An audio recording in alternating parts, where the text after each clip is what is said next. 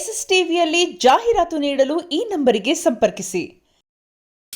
Brother, ನಿನ್ನೆ ನಡೆದಂತ Ramanagara ಕರಗದಲ್ಲಿ ಡಿ.ಕೆ.ಶಿ CM ಸಾಹೇಬರು ಮಾತಾಡುವಾಗ ಎಲ್ಲ ದರ್ಶನ್ ಅವರ ಅಭಿಮಾನಿಗಳು ಅವರಿಗೆ ಮಾತಾಡ್ಲಿಕ್ಕೆ ಬಿಟ್ಟಿಲ್ಲ. ಡಿ ಬಾಸ್ ಅಂತ ಅವರ ಅಭಿಮಾನವನ್ನು ವ್ಯಕ್ತಪಡಿಸಿದ್ರು. ಈ ಸಂದರ್ಭದಲ್ಲಿ ಸಾಕಷ್ಟು ಟ್ರೋಲ್ ಆಗ್ತಿದೆ. ದರ್ಶನ್ ಅವರ ಅಭಿಮಾನಿಗಳು CMಗೂ ರೆಸ್ಪೆಕ್ಟ್ ಕೊಡಲ್ಲ ಅನ್ನೋ ರೀತಿಯಲ್ಲಿ ಟ್ರೋಲ್ ಆಗ್ತಿತ್ತು.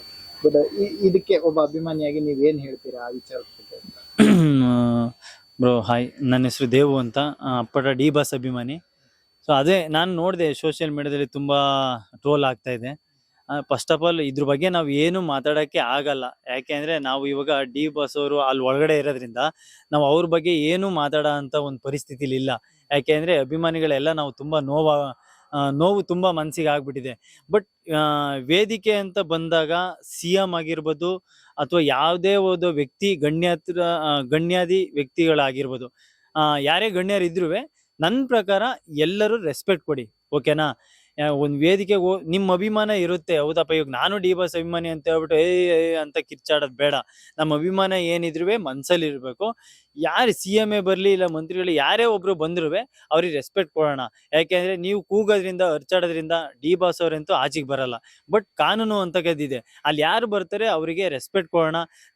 ಓಕೆ, ಗೊತ್ತು ನಿಮ್ಮ ನೋವು ಅಳಲು ಎಲ್ಲ ಗೊತ್ತಾಗ್ತಿದೆ, ಅವರೇ ಹೇಳಿದಾರಲ್ವಾ, ನಿಮ್ಮ ನೋವು ನಮ್ಮ ಭಾವನೆ ಎಲ್ಲ ಅರ್ಥ ಆಗ್ತಿದೆ. ಬಟ್ ಅದನ್ನೇ ಎಳ್ಕೊಂಡು ಹೋಗ್ಬೇಡಿ. ಯಾಕೆಂದ್ರೆ ಒಂದು ಕಾನೂನು ಅಂತಕ್ಕದ್ದಿದೆ, ಆ ಕಾನೂನು ಎಲ್ರಿಗೂ ಒಂದು ಆನ್ಸರ್ ಕೊಟ್ಟೇ ಕೊಡುತ್ತೆ. ಬಟ್ ಇದರಿಂದ ನೀವು ಮಾಡೋದ್ರಿಂದ ಹೇಳಿ ಆ ವಿಚಾರ ನಮ್ಮ ಬಾಸ್ ಅವರಿಗೂ ಡಿ ಬಾಸ್ ಅವರಿಗೂ ಗೊತ್ತಾಗಿ ಈ ತರ ಎಲ್ಲ ನಡೀತಾ ಇದೆ ಅಂತ ಅವರಿಗೂ ಒಂದು ನೋವು ಆಗೋದು ಬೇಡ. ಯಾಕೆಂದ್ರೆ ಸಿಚುವೇಶನ್ ಎಲ್ಲಿಂದ ಎಲ್ಲಿ ತನಕ ಇವಾಗ ಆಲ್ರೆಡಿ 2 ವರ್ಷ ಮೀರಿ ಎಷ್ಟೋ ಮಿತಿ ಮೀರಿ ಹೋಗ್ಬಿಟ್ಟಿದೆ. ಮತ್ತು ನೀವು ಮಾಡೋ ಒಂದು ಒಂದು ಅವಿವೇಕಿತನ ಮತ್ತೆ ಅವ್ರನ್ನ ಒಳಗಡೆ ಇರೋದಕ್ಕೆ ಇಂಪ್ಯಾಕ್ಟ್ ಮಾಡಬಾರ್ದು ಅಂತ ನಾನು ಕೇಳ್ಕೊಳ್ತೀನಿ. ಈ ರೀತಿ ಮಾಡೋದ್ರಿಂದ ಇನ್ನೂ ಅವ್ರಿಗೆ ಎಫೆಕ್ಟ್ ಆಗ್ಬೋದು ಅಂತ. ಖಂಡಿತ ಎಫೆಕ್ಟ್ ಆಗುತ್ತೆ. ಯಾಕೆ ಅಂದ್ರೆ ಇವಾಗ್ಲೇ ಇವಾಗ ಹೆಂಗೆ ಅಂದ್ರೆ ಡಿ ಬಾಸ್ ಅವ್ರದ್ದು ಹೆಂಗೆ ಅಂದ್ರೆ ಸುದ್ದಿ, ಈಗ ನಾಯಿ ಅಲ್ಲೊಂದು ಉಚ್ಚೆ ಮಾಡಿದ್ರು ಸುದ್ದಿ ಆಗುತ್ತೆ. ಈಗ ಜನ ಹೋಗಿ ಡಿ ಬಾಸ್ ಹೆಸರು ಹೇಳ್ಕೊಂಡು ಕೆಮ್ಮಿದ್ರು ಸುದ್ದಿ ಆಗುತ್ತೆ. ಅಂತ ಸುದ್ದಿ ಬೇಕು ಅಂತ ಈಗ ನಿಮಗೆ ಗೊತ್ತು, TRP ಅಂದ್ರೆ ಡಿ ಬಾಸ್ ಅವ್ರ ಹೆಸರು ಹೇಳಿದ್ರೆ ಸಾಕು TRP. ಆ ಲೆವೆಲಿಗಿರೋ ಒಂದು ಸೌಂಡು ಅಂದ್ರೆ ಅದು ಡಿ ಬಾಸ್ ವ್ಯಕ್ತಿಗೆ ಮಾತ್ರ ಇರೋ, ಆ ಹೆಸರಿಗೆ ಇರೋ ಒಂದು ಗೊತ್ತು ಅಂತಾನೆ ಹೇಳ್ಬೋದು.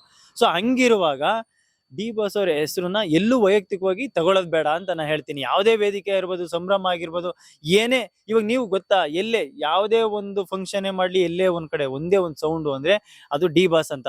ಯಾಕೆ ಅಂದ್ರೆ ಅದು ಅಭಿಮಾನ, ಅದಕ್ಕೆ ನಾವು ರೆಸ್ಪೆಕ್ಟ್ ಮಾಡಬೇಕು, ಮಾಡೋಣ. ಬಟ್ ಆ ರೆಸ್ಪೆಕ್ಟು ಅವರ ಹೆಸರಿಗೆ ಒಂದು ಇಂಪ್ಯಾಕ್ಟ್ ಆಗ್ಬಾರ್ದು ಅಂತ ನಾನು ಕೇಳ್ಕೊಳ್ತೀನಿ. ಯಾರೇ ವ್ಯಕ್ತಿ ಆಗ್ಲಿ ಅದನ್ನ ನಾವು ರೆಸ್ಪೆಕ್ಟ್ ಮಾಡೋಣ.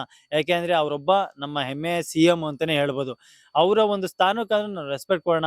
ಸುಮ್ಮನೆ ಕಿರ್ಚಾಡಿ ಅದರಿಂದ ಏನಾಗುತ್ತೆ ಅಂದ್ರೆ ಈ ಅಭಿಮಾನಿಗಳಿಂದನೇ ಇವತ್ತು ಒಳಗಡೆ ಇರೋದು, ಈ ಅಭಿಮಾನಿಗಳಿಂದನೇ ಇವತ್ತು ಅವರು ಈ ತರ ಏನೋ ಒಂದು ಮಾಡಬಾರ್ದಿತ್ತು ಮಾಡಿರೋದೆಲ್ಲ ಅಂತ ಹೇಳ್ಬಿಟ್ಟು ಎಲ್ಲಾ ಕಾಂಟ್ರವರ್ಸಿ ಬರ್ತಿರುವಾಗ, ಸೊ ನಾವು ಅಭಿಮಾನಿಗಳೆಲ್ಲ ದಯವಿಟ್ಟು ನಮ್ಮ ಡಿ ಬಾಸ್ ಹೆಸರಿಗೆ ಒಂದು ಕಳಂಕ ತರ ಅಂತ ಕೆಲಸ ಮಾಡಬೇಡಿ ಅಂತ ನಾನು ಈ ಮೂಲಕ ಕೇಳ್ಕೊಳ್ತೀನಿ. ಏನೇ ಇದ್ರು ಮನ್ಸಲ್ಲಿರ್ಲಿ.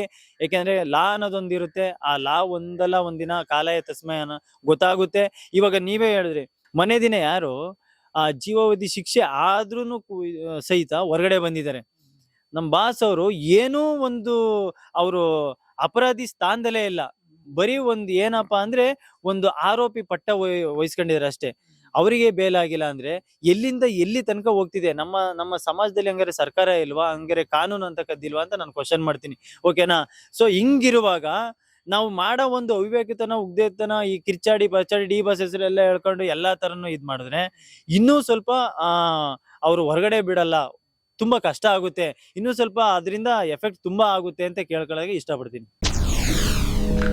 SSTV ಸಿನಿಮಾ ಜಗತ್ತಿನ ಕ್ಷಣ ಕ್ಷಣದ ಸುದ್ದಿಯೊಂದಿಗೆ.